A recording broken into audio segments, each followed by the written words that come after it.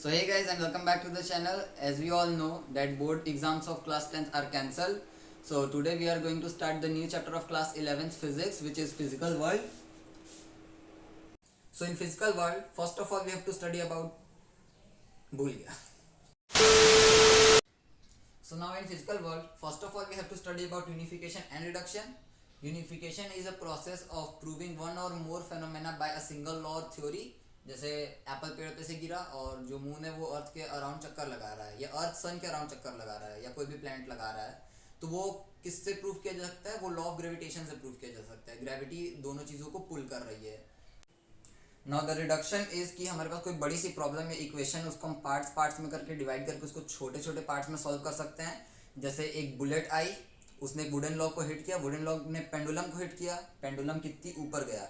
तो ये अगर क्वेश्चन है तो उसको हम पहले स्पीड ऑफ बुलेट निकाल सकते हैं, देन कितने फोर्स से उसने लॉग को हिट किया, देन लॉ ने किस वेलोसिटी से पेंडुलम को हिट किया, फिर पेंडुलम कितनी हाइट पे गया उसकी इनिशियल पोजीशन से. तो उस तरह हम उस प्रॉब्लम को सॉल्व कर सकते हैं. So as we all know, scope of physics or in general science is pretty wide, and it was described by some of the greatest scientists in the history of world, just like R. Bruce Limse. इन्होंने कहा था कि science is a method of describing, creating and understanding human experience. और अगर मैं नाम गलत बोल रहा हूँ तो भाई माफ़ कर देना, इंसान हूँ, बट प्रोनाउंसिएशन देखा था मैंने, लिंसे ही होता है.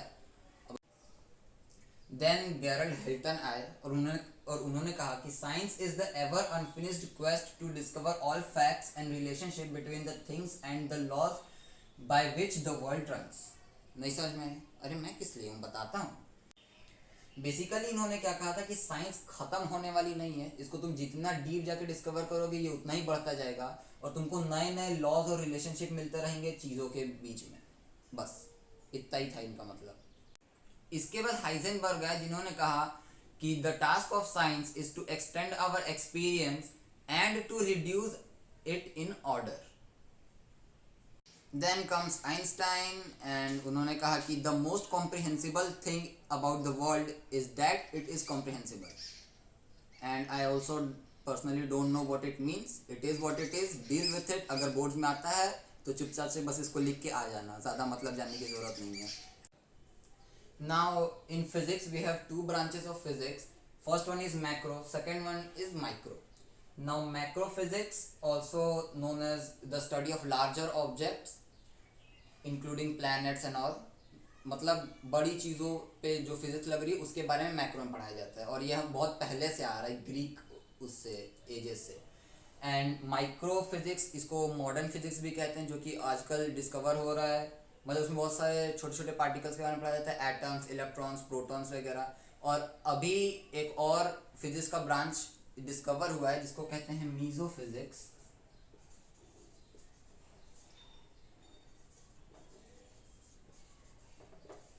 जो कि इनके और इनके बीच में जो चीज़ें बच जाती हैं उसको इसमें पढ़ाया जाता है.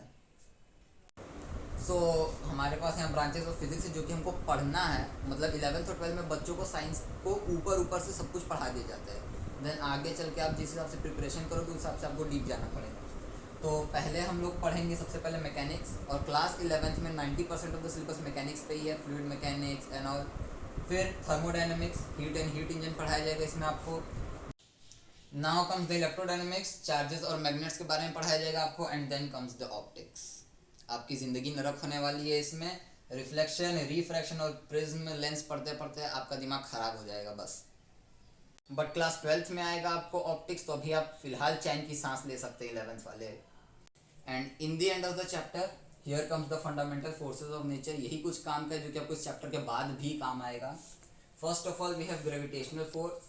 इसकी रिलेटिव स्ट्रेंथ होती है 10⁻39, रेंज इनफाइनाइट होता है and operates among all objects in universe. Gravity सब पे लगती है. उसके बाद आता है वीक न्यूक्लियर फोर्स. इसकी रिलेटिव स्ट्रेंथ होती है 10⁻13 और इसकी रेंज होती है वेरी शॉर्ट, मतलब 10⁻16 मीटर्स. और ये कुछ एलिमेंट्री पार्टिकल्स पे ही वर्क करता है, just like electrons and neutrinos वगैरह. अब आती है इलेक्ट्रोमैग्नेटिक फोर्स 10⁻². रेंज इसकी भी इन्फिनिटी होती है ग्रेविटेशनल फोर्स की तरह, और ये केवल चार्ज्ड पार्टिकल पे वर्क करता है, मतलब अगर कोई पार्टिकल चार्ज नहीं है तो उस पर ये फोर्स वर्क नहीं करेगा। और फिर आता है स्ट्रॉन्ग न्यूक्लियर फोर्स। इसकी रिलेटिव स्ट्रेंथ 1 होती है और इसकी रेंज ऊपर वाले से थोड़ी सी ज़्यादा होती है, मतलब 10⁻⁻15 मीटर। एंड ये हेवियर एलिमेंट्री पार्टिकल्स या न्यूक्लियॉन्स पे वर्क करता है। अब ये इम्पॉर्टेंट चीज़ है, तो अगर आप इसको नोट डाउन कर रहे हो तो स्क्रीनशॉट ले लो एक। So that is it for today's video. जितना कुछ इंपॉर्टेंट था और बताने लायक था वो मैंने बता लिया। अब आपका काम ये है कि आप एनसीईआरटी की बुक खोलो अपनी और उससे एक बार थ्रू एंड थ्रू इस चैप्टर से हो जाओ, सारे डाउट क्लियर हो जाएंगे। और तब भी नहीं क्लियर होते हैं तो मुझसे कमेंट सेक्शन में पूछ लेना। Thank you everyone for watching my video. If you've enjoyed any part of the video, please hit the like button and a sub will be really appreciated. And the next video is going to be of mole concept of chemistry chapter 1. So stay tuned.